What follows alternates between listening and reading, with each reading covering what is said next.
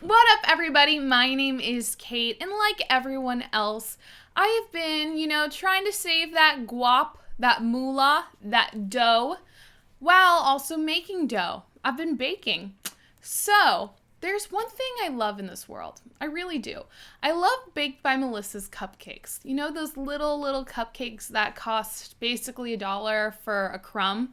Yeah, love them. Love them greatly. I wanted to create a dupe of her chocolate chip pancake mini little cupcake because that cupcake, if you've never tried it before, when you eat it, the taste of maple explodes in your mouth. And who doesn't want an explosion of maple in their mouth? So, I wanted to create a dupe for this, and here is what I did. So first you want to put all your dry ingredients together. That's going to be 1 teaspoon of baking powder and a 1/2 teaspoon of salt. Then you want to mix until they are all together and lovely.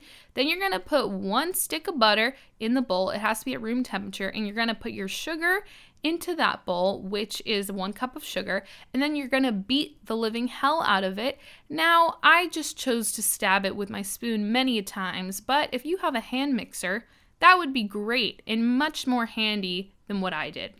Then you're going to drop 1 egg in there. I realized I had a shell, but I thought, oh, it's fine, protein. Then you put another egg in there. I had this cute little jar and I wanted to show it off to you guys. So then you mix, make sure it's all in there. And then you want to put your last and final egg in the bowl. Again, I put it in my cute little guy first because I didn't want any shells. So then you're going to mix.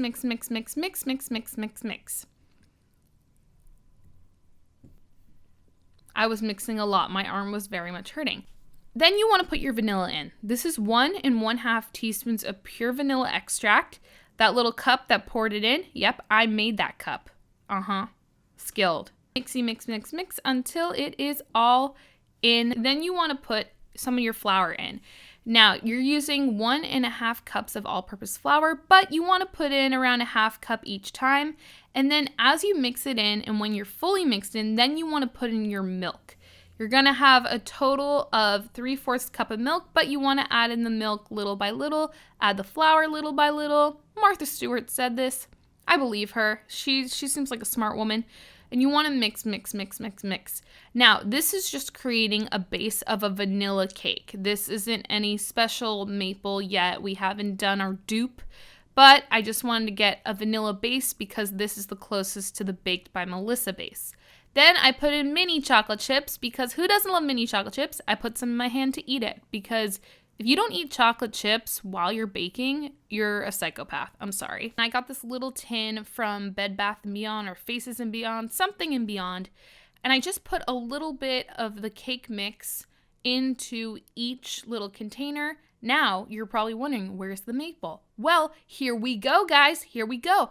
I put in a drop of maple extract per little tin. That is right, per little tin. And then I mixed it up with a knife. That's what you see me doing. Then I put it in a 350-degree oven for 13 minutes, and they came out like this. Beautiful little babies. Now, I did try one, and I thought, oh great.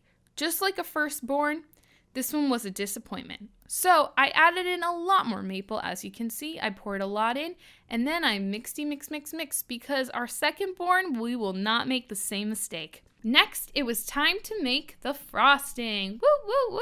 First, you want to put a cup of butter into a bowl, and I was lucky enough to find a hand mixer. I suffered a lot before this. Mix the butter for 5 minutes and then slowly add in 3 cups of sugar. Now, mine still tasted a little too buttery, so I say add a bit more sugar. Go for it. At this point, does it really matter how much sugar? More sugar, the better. So you want to mix that until it is a nice light color and very fluffy and delicious. Apparently, I missed a step. You were supposed to add milk, so do that, please. Then I added the maple syrup because I need my maple. I need it. Then you want to mix it all together, make it all beautiful and lovely. So then you want to add chocolate chips because if you don't, there is something wrong with you. So once you have the chocolate chips, you want to mix that as well. And then comes the fun part. So I tried to pipe my cupcakes and be all fancy, but the chips blocked the frosting, which blocked my dreams. So I used a spoon to put on the frosting. And I thought it was coming out really cute. They were all little cute little babies full of frosting and just looking a little scrumptious, and they were delicious. Now I thought, oh, I want to put on something on top, just make it a little extra, you know? I should have put more chocolate chips, that was my bad. But then I thought, ooh, why don't I add a drizzle of maple? So I added that. At this point, you're probably thinking, Kate, why don't you just drink the maple? And you would be right. So this is the final result. Yes, they are beauties. Now, they're slightly bigger than the actual Baked by Melissa cupcake. I would say they're just more, they got more junk in the trunk at the end.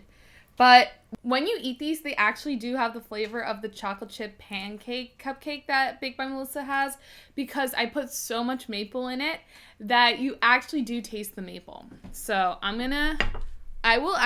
eat it for you right now. So the frosting, I put these in the fridge from yesterday. So now they're not going to be as good as they were yesterday, but they're still going to be delicious.